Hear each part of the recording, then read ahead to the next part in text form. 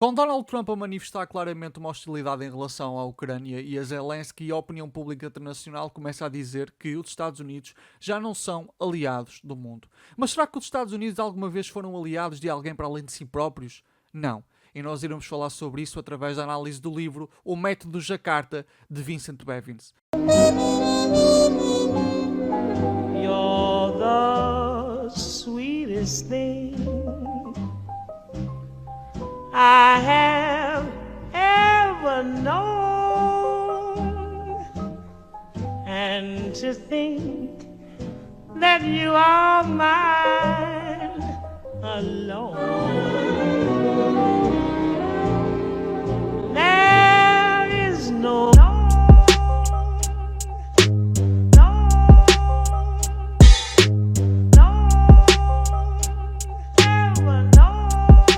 Olá, meus amigos, está tudo bem convosco? Espero que esteja porque nós hoje vamos falar sobre o livro O Método Jakarta, de Vincent Bevins, que nos vai ajudar a explicar um pouco daquilo que os Estados Unidos verdadeiramente são, demonstrando aqui a sua atuação, particularmente na Indonésia e na América Latina, no século passado, portanto, no século XX. Mas antes de continuar com o vídeo propriamente dito, o meu nome é Miguel Faria, sou mestre em Ciência Política pela Escola de Economia e Gestão da Universidade do Minho e tenho aqui um canal de Ciência Política com viés marxista. Se quiserem ajudar o canal a crescer, façam o seguinte: subscrevam, metam gosto, comentem. Já sabem que não têm de comentar nada relacionado com o vídeo propriamente dito, podem apenas comentar aquilo que comeram ontem, que séries é que andam a ver, que jogos é que andam a jogar, que animes é que andam a consumir, que empreendimentos culinários é que andam a tentar na cozinha, enfim, toda uma série de coisas para ajudar o algoritmo a compreender que este canal de facto tem interação, tem tração. Gostava também de dizer que neste momento o Pura Ideologia e o Classe Literária já estão no Spotify para vocês terem a experiência apenas e só em áudio, portanto, se quiserem podem ouvir no Spotify.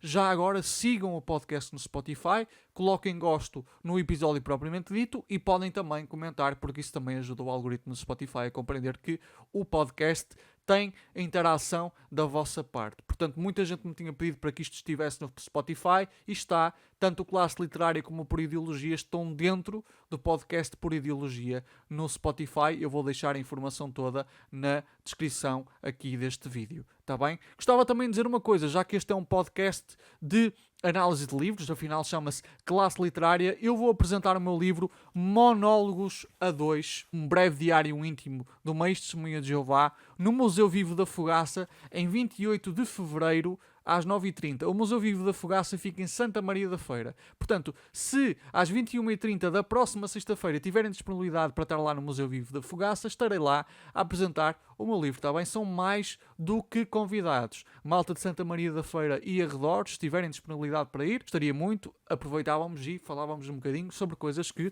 ultrapassassem, obviamente, o meu livro, está bem? Portanto, é isso. Antes de dar continuidade ao vídeo propriamente dito, eu gostava também de pedir uma coisa para ajudar a definir aqui a mood, a ambientação do podcast, do episódio. Preparem o vosso chazinho, eu já preparei o meu. Eu estou neste momento a beber Tília. Preparem então o vosso chazinho, porque o tema será tudo menos confortável e assim pelo menos vocês ficam menos desconfortáveis, porque os temas abordados são tudo menos bonito. Particularmente uma questão tangencial em relação à guerra da Ucrânia, ou da invasão da Ucrânia por parte da Rússia de Putin. Eu gostava de dizer uma coisa que é muito importante. Nós, durante muito tempo, na opinião pública internacional, tivemos uma postura manicaísta, uma postura em que existiam bons e maus, e portanto Putin situava-se no mal imensurável e que não podia ser sequer denominado, ao passo que Zelensky era considerado um elemento situado no bem, assim como os Estados Unidos também eram elementos situados no lado do bem. Portanto, era o Ocidente bom contra o Oriente mau, neste caso a Rússia má, que voltava aqui a ser o alvo que costumava ser quando estávamos na Guerra Fria. Este manicaísmo levou-nos a achar que de facto não havia nada que Zelensky pudesse fazer de mal, ou levou uma grande parte da opinião pública a achar que não havia nada que Zelensky pudesse fazer de mal e não havia nada que os Estados Unidos pudessem fazer de mal, ao passo que tudo o que Putin fazia era mau. Era inegavelmente mau. Desde já eu gostava de fazer aqui uma observação. Eu não tenho qualquer apreciação por Vladimir Putin. Eu acho Vladimir Putin um crápula, um canalha, um autoritário, toda uma série de coisas. Agora, o que é muito curioso é que antes da invasão que a Ucrânia sofreu, os problemas da tentativa de democracia liberal ucraniana eram visíveis e mencionados em vários artigos académicos. O Zelensky era considerado inegavelmente um populista de direita e até chegavam a dizer que ele era um populista de extrema-direita ou de direita radical. O Zelensky não era considerado uma figura verdadeiramente confiável pelas democracias liberais ocidentais. Não era. De todo. A partir do momento em que se desenha esta invasão, o Zelensky passa a ser pintado como um herói, como uma figura completamente incontornável para a diplomacia, uma figura que era quase divinizada, principalmente no primeiro ano. É claro que neste momento a imagem internacional de Zelensky está muito calejada e muito pouca gente,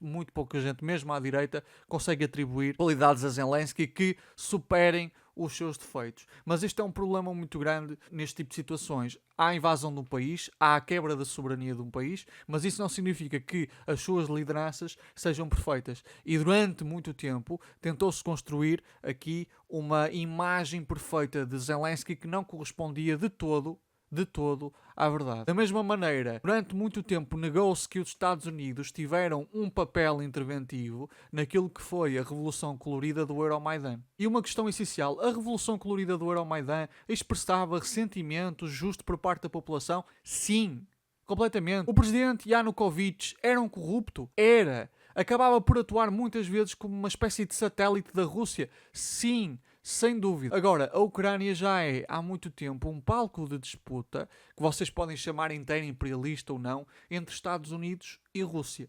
E se é verdade que o Yanukovych atuou como aliado da Rússia em território ucraniano e aquela decisão à última da hora não se aproximar da União Europeia causou o descontentamento popular, também é verdade e hoje torna-se cada vez mais consensual que os Estados Unidos e particularmente elementos do Partido Republicano estiveram em conversações com elementos até de extrema-direita que estiveram envolvidos nas manifestações para instigar a população durante aquilo que foram os tumultos do Euromaidan e que isso de facto teve um impacto. Também é verdade que esses mesmos elementos estariam na formação do governo provisório. Portanto, a Revolução Colorida do Euromaidan, apesar de se ter baseado em ressentimentos populares bastante justos, teve obviamente aqui uma intervenção por parte do Ocidente. Isso não quer dizer que a Rússia seja isenta de culpa, não. Afinal de contas, Yanukovych era de facto alguém muito influenciado pelo regime de Putin, mas ao invés de tentarmos encontrar os bonzinhos da fita e os mauzinhos da fita nesta história, devemos compreender que ela é complexa e que, em boa verdade, nesta história entre Rússia e Estados Unidos não existem bons da fita. Existem interesses, como sempre houve. E é preciso compreender isto. Quando nós adotamos a postura manicaísta em relação à interpretação do mundo, deixamos de perceber que em boa verdade, nós não precisamos de selecionar uma figura que seja inevitavelmente boa e uma figura que seja inevitavelmente má. Nós podemos compreender que tanto a Rússia como os Estados Unidos, nesta questão em particular, têm culpa. E têm culpa de sangue. A verdade é que o Euromaidan, por exemplo, deu origem à morte até de elementos de esquerda, particularmente militantes comunistas. A verdade é que neste momento na Ucrânia partidos de esquerda e particularmente partidos comunistas estão proscritos. Isso não significa que Putin tenha legitimidade para invadir território ucraniano. Não. Mas as duas coisas podem ser verdade ao mesmo tempo. E é isso que eu já tenho tentado explicar muitas vezes. E eu não sinto absolutamente necessidade nenhuma de dizer que um é bom e o outro é mau. É óbvio que nós podemos condenar a invasão da Ucrânia pela Rússia, ao mesmo tempo que compreendemos que as figuras que neste momento estão no governo a acolitar Zelensky são até de extrema-direita, identificam-se com Stepan Bandeira, etc, etc. As duas coisas podem ser verdades ao mesmo tempo. Podem. E outra coisa, agora com Donald Trump a pretender uma negociação com a Rússia que muito provavelmente vai dar origem aqui à perda de território por parte da Ucrânia, eu espero que agora as pessoas não venham dizer que o Donald Trump é muito bom porque conseguiu uma negociação. Não, esta negociação efetivamente muito provavelmente vai dar origem aqui à perda de território, à perda de soberania por parte da Ucrânia. Aliás, eu acho que isto põe em causa a existência da Ucrânia como Estado soberano. Então, a política é complexa. Todos os intervenientes neste momento histórico têm interesses. E a verdadeira vítima disto é o povo ucraniano, que está a sofrer nas mãos de aquilo que, no fundo, é uma guerra que lhe podem chamar inteira imperialista ou não, mas é uma guerra entre duas potências que têm usado como bode expiatório a Ucrânia. Porquê é que eu fiz esta introdução? Porque esta introdução é importante para falar daquilo que foi um problema enorme da Guerra Fria. Precisamente o manicaísmo. Esta ideia de um Ocidente bom contra um Oriente ou mesmo uma Rússia má é uma coisa própria da Guerra Fria. O bloco comunista era sempre identificado com o mal e o bloco capitalista ocidental era sempre identificado com o bem. E todas as ações praticadas pelo capitalismo ocidental que dessem origem aqui a consequências muito devastadoras eram vistas como erros de percurso e não como ações verdadeiramente mal intencionadas ou pelo menos baseadas em interesses económicos e não necessariamente em interesses de divulgação ou propagação da democracia. Os Estados Unidos usaram muito tempo esta máscara de querer propagar a democracia, mas, em boa verdade, apenas estão aqui a tentar garantir os seus interesses económicos. E o livro O Método Jakarta, de Vincent Bevins, é muito bom para falar sobre isso. Porque não fala apenas de Jakarta, não fala apenas da Indonésia, fala daquilo que tem sido uma estratégia global empenhada pelos Estados Unidos e fala particularmente do caso da América Latina e daquilo que obviamente foi a Indonésia. Mas vamos falar primeiro do caso da Guatemala, porque o caso da Guatemala vai ajudar a compreender que este discurso em torno da democracia é, em boa verdade, uma fachada. No período compreendido entre 1944 e 1945, a Guatemala vai ter uma revolução que vai dar origem aqui a um regime democrático burguês, constitucionalista, é uma revolução de tipo nacionalista, de facto para tentar recuperar aquilo que era a soberania da Guatemala face aos interesses ocidentais e face até a uma empresa americana em particular, que era a United Fruit Company. A United Fruit Company era uma empresa conhecida, como o próprio nome indica, pela comercialização de fruta e particularmente abacaxi e bananas. Por causa do seu potencial frutícola, particularmente na produção de bananas, a Guatemala era um objetivo muito claro por parte da United Fruit Company. E a verdade é que esta revolução democrática nacional que há na Guatemala vai ser uma ameaça para a United Fruit Company. Só que esta revolução democrática nacional ainda vai ter um período de vigência de cerca de 10 anos, porque vai se manter até 1954. Em 1954 vai haver um golpe de Estado promovido pelos Estados Unidos e pela CIA. E porquê é que vai haver esse golpe de Estado? Nós temos de levar em consideração que a United Fruit Company, isto é mencionado no livro do Vincent Bevins, era uma das maiores proprietárias de terra rural, se não a maior proprietária de terra rural na Guatemala. E antes do golpe de Estado, o presidente eleito democraticamente não comunista, Jacobo Arbenz, tenta empreender uma reforma agrária em que, de facto, vai tentar recuperar algumas terras detidas pela United Fruit Company, particularmente aquelas que não estavam a ser utilizadas, com base numa compensação. Ou seja, havia efetivamente aqui uma expropriação de terra, mas essa expropriação seria seguida de uma compensação. Era uma reforma agrária que estava a tentar ser empreendida, particularmente para dar aos camponeses pobres uma possibilidade de terem as suas próprias terras. Tudo isto foi feito e apoiado pela população da Guatemala e com base naquilo que era um regime democrático nacional de teor nacionalista, de teor de tentativa de recuperação da soberania da Guatemala. Como resultado disto, a United Fruit Company começou a fazer pressão junto do governo americano para que o governo americano compreendesse que a Guatemala se estava a tornar comunista, quando isso não poderia estar mais longe da verdade. Resultado, os Estados Unidos protegem os interesses da Guatemala fazendo um golpe de Estado e impondo uma ditadura militar. Então a Guatemala não era comunista. A Guatemala não se reivindicava como uma experiência socialista. A Guatemala tornou-se, após a Revolução de 1944-1945, um regime democrático nacional baseado em eleições e, no entanto, de nada adiantou. Este processo de democratização tornou-se perigoso para os interesses da United Fruit Company e outras empresas americanas e, como resultado, os Estados Unidos acabaram com uma revolução democrática nacional e impuseram uma ditadura, através de um golpe de Estado. Então o caso da Guatemala é particularmente interessante, porque deita por terra completamente esta ideia de que os Estados Unidos estão a defender a democracia quando atuam, por exemplo, na América Latina ou noutros países do sul global. Em boa verdade, estão a proteger os seus interesses económicos e os interesses das suas empresas. O caso da United Fruit Company é particularmente evidente porque estamos a falar de uma empresa em particular. O caso da Indonésia é ainda mais chocante. O caso da Indonésia revela toda a propaganda anticomunista americana reduzida a um caso concreto. O protagonista do golpe na Indonésia vai ser o general militar Suharto, que aos poucos vai conseguindo do presidente Sukarno concessões para que eventualmente Suharto se torne o verdadeiro garante de poder na Indonésia. Sukarno foi, como vocês estão a ver na imagem, presidente da Indonésia entre 1945 e 1967, data em que Suharto assume inequivocamente o poder, e era líder do Partido Nacionalista Indonésio. Sukarno é uma figura que vai ascender após a guerra de independência entre a Indonésia e o regime colonial holandês, e é uma figura que rapidamente vai conseguir agregar a população em torno dele e particularmente o próprio PKI, que é o Partido Comunista Indonésio. O regime que se funda e vigora a maior parte do tempo na Indonésia era um regime efetivamente em que apenas o Partido Nacionalista Indonésio poderia governar, mas ainda assim havia amplas liberdades civis e particularmente ampla liberdade de associação, ampla liberdade sindical. Aliás, o Partido Comunista Indonésio, que não tinha qualquer objetivo de fazer uma revolução, mas estava aqui a operar numa lógica de coligação com as forças nacionalistas, como é o caso do Partido Nacionalista Indonésio, tinha uma ampla expressão popular, estava envolvido numa série de movimentos de mulheres, de trabalhadores rurais, de trabalhadores industriais, grupos de estudo, etc. etc. O PKI acabava por atuar como uma espécie de força popular mobilizada em torno da manutenção daquilo que era a independência indonésia, representada pela figura de Sukarno. E, portanto, havia aqui uma aliança e uma relação muito grande de cordialidade entre Sukarno e o PKI.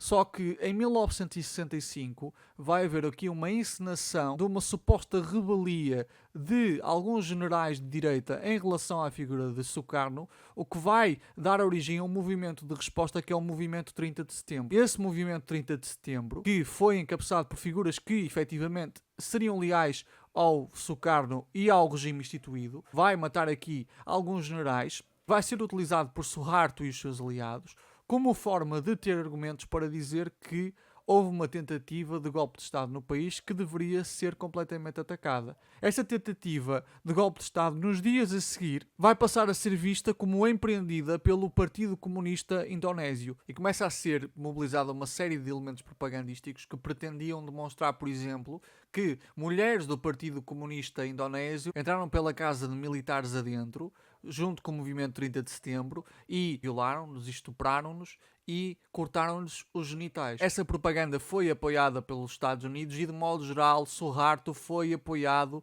pelos Estados Unidos. E vocês perguntam, mas se Sukarno não era comunista, até teve boas relações com embaixadores estadunidenses, qual era a razão para os Estados Unidos efetivamente quererem aqui uma deposição de Sukarno? A verdade é que Sukarno fazia parte do movimento dos países não alinhados, que não se alinhavam quer com a Rússia Soviética, quer com os Estados Unidos. Estes países não alinhados, de modo geral, tinham uma postura anti-imperialista, sim, tinham uma postura nacionalista e isso representava muitas vezes uma ameaça aos interesses económicos dos Estados Unidos na região. No caso da Indonésia, a Indonésia tinha recursos naturais que eram bastante valiosos, como petróleo e gás, e também oferecia um mercado bastante promissor para empresas americanas. Após Suharto assumir o poder, várias empresas americanas entram no país com uma série de benefícios fiscais e a explorar uma série de recursos naturais, coisa que não aconteceria no regime de Sukarno, porque Sukarno, para todos os efeitos, tinha como base da sua atuação uma tentativa de formar uma soberania nacional indonésia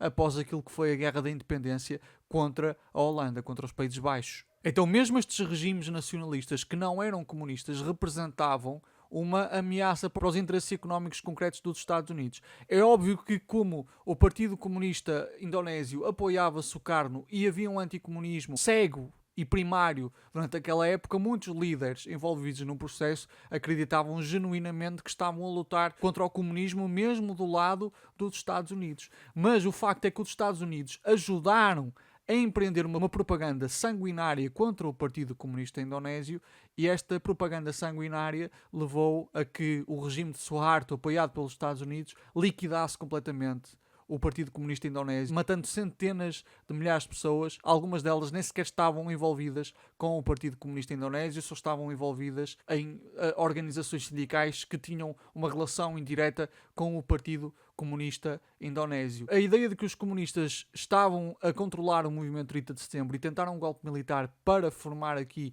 um regime ou uma experiência socialista, motivou uma série de atentados contra a integridade e contra os direitos humanos de uma série de elementos da população. Particularmente esta ideia de que mulheres comunistas teriam entrado na casa de militares para os violar e lhes cortar os genitais foi uma narrativa de pânico moral que motivou uma sociedade ainda bastante patriarcal e conservadora a mobilizar-se contra o Partido Comunista Indonésio, sendo que muitos civis denunciaram os seus próximos por serem membros do Partido Comunista Indonésio. Como é óbvio, pessoas que não morreram pelo menos foram amplamente torturadas, com torturas que envolviam a tortura do sono, que envolviam arrancar unhas, que envolviam, uma série de práticas que até custa falar aqui. E vejam como isto é extremamente coordenado e envolve até uma forma de guerra psicológica, porque, de facto, e o Vincent Bevins ainda não sabe se este título de jornal foi encenado por Suharto ou não. Houve no jornal do Partido Comunista Indonésio um apoio ao movimento 30 de setembro. O que faria sentido,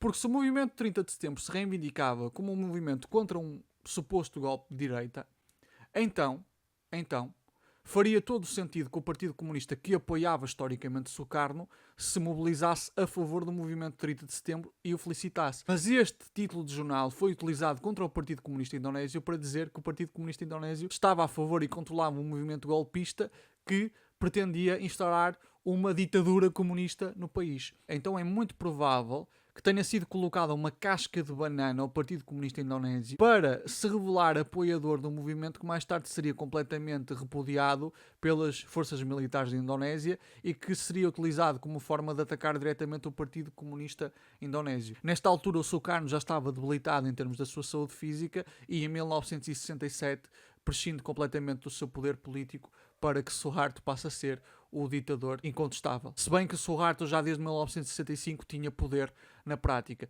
Tudo isto, particularmente as manobras propagandísticas, foram apoiadas pelos Estados Unidos. Ora, neste caso em particular, nós podemos dizer que os Estados Unidos estavam realmente a defender a Indonésia de uma revolução comunista? Não, porque o Partido Comunista Indonésio seguia aqui uma linha de coligação com forças nacionalistas. Ou seja, o Partido Comunista Indonésio tinha completamente repudiado a ideia de uma revolução popular armada. Então, mesmo o argumento da luta contra o comunismo não é aplicável para defender aquilo que acontece a partir do golpe de Suharto e a completa destruição do Partido Comunista Indonésio. É curioso que muitos dos militares indonésios, como refere Vincent Bevins, que participaram neste golpe de Suharto, foram formados diretamente nos Estados Unidos e foram formados juntos com militares brasileiros que também estiveram envolvidos no golpe militar de 1964 no Brasil. E é curioso que uma narrativa semelhante foi utilizada em relação a João Goulart, a Jango, dizendo que de facto ele estava a ser apoiado pelo Partido Comunista e que o que se preveniu em 1964 foi precisamente uma tentativa de tomar o poder pelos comunistas. Então, de facto, o anticomunismo serviu para depor dois regimes que não eram experiências socialistas, que não representavam uma ameaça comunista, e é óbvio que ambos os golpes militares, quer o do Brasil, quer o da Indonésia, tiveram apoio dos Estados Unidos. De forma tangencial, o Vincent Bevins também acabará por falar do caso do Chile, embora seja um caso referido de forma muito menos geral do que o caso da Indonésia, porque para todos os efeitos o livro chama-se O Método de Jakarta. E novamente, o caso de Salvador Allende é extremamente interessante, porque estamos a falar de uma figura que foi democraticamente eleita, que estava a empreender reformas que beneficiavam a população e que eram apoiadas pela população, e primeiro tivemos uma campanha de tentativa de desestabilização do regime através de propaganda. Tivemos muitos empresários que começaram a estocar produtos que eles produziam para aumentar a inflação no país e para causar um clima de caos, e por fim nós tivemos o golpe do militar Pinochet, que se tornaria depois ditador. Tudo isto apoiado pelos Estados Unidos. E nós pensamos assim, quer dizer, na Guatemala os Estados Unidos depõem um regime democraticamente eleito. No Chile também. O caso da Indonésia é um pouco diferente por causa da tipologia do regime, mas ainda assim Sukarno tinha apoio da população incontestável, e os Estados Unidos novamente vão contra a vontade popular. Com base nestes três exemplos, será que nós podemos dizer que os Estados Unidos têm algum interesse em democratizar o mundo? Será que alguma vez tiveram? Então, olhando para esta situação em que Donald Trump revela o interesse imperialista dos Estados Unidos, será que nós devíamos perguntar se os Estados Unidos sempre foram assim, ou se Donald Trump apenas está a manifestar aquilo que os Estados Unidos sempre foram. Se Donald Trump está a dizer a parte silenciosa em voz alta. O facto é que o golpe na Indonésia acontece durante a governação de Lyndon Johnson, um presidente democrata que vai suceder a Kennedy, que era o vice-presidente de Kennedy. A ofensiva dos Estados Unidos no Vietnã começa durante o governo Lyndon Johnson, embora se tenha exacerbado no governo do Nixon. Então os Estados Unidos sempre tiveram uma postura extremamente agressiva em relação a tudo aquilo que eles consideravam que chocava com os seus interesses. Sempre tiveram. Sempre tiveram. E enquanto os democratas vão construindo aqui uma fachada de democratização e de proteção das democracias, o atual presidente republicano, Donald Trump, chama as vacas pelos nomes e diz nós atuamos mesmo segundo os nossos interesses, a América primeiro e o resto do mundo que, perdoem-me a expressão, se lixe, se dane. A grande diferença aqui é que Donald Trump representa aquilo que os Estados Unidos verdadeiramente são de forma bastante aberta. Então, os Estados Unidos não deixam de ser aliados do mundo, porque em boa verdade sempre foram um regime criminoso que prejudicou uma série de países soberanos. Portanto, este não foi um relatório extensivo daquilo que é o livro do Vincent Bevins. Eu recomendo mesmo lerem porque é um livro chocante, é um murro no estômago, mas também é um livro extremamente interessante e que vos garante uma compreensão daquilo que foram os crimes dos Estados Unidos e do capitalismo. Tá bem? Espero que tenham apreciado o vídeo. Novamente, se quiserem ir à minha apresentação do livro em Santa Maria da Feira, é às 21h30, no dia 28 de Fevereiro, no Museu Vivo da Fogaça, tá bem? E se quiserem adquirir o meu livro, eu vou deixar a informação toda nos comentários. Espero que tenham apreciado e até o próximo vídeo. Associações, sindicatos e partidos. As classes dominantes têm horror aos coletivos. Associações, sindicatos e partidos. As classes dominantes têm horror aos coletivos. Associações, sindicatos e partidos. As classes dominantes têm horror aos coletivos. Associações, sindicatos e partidos.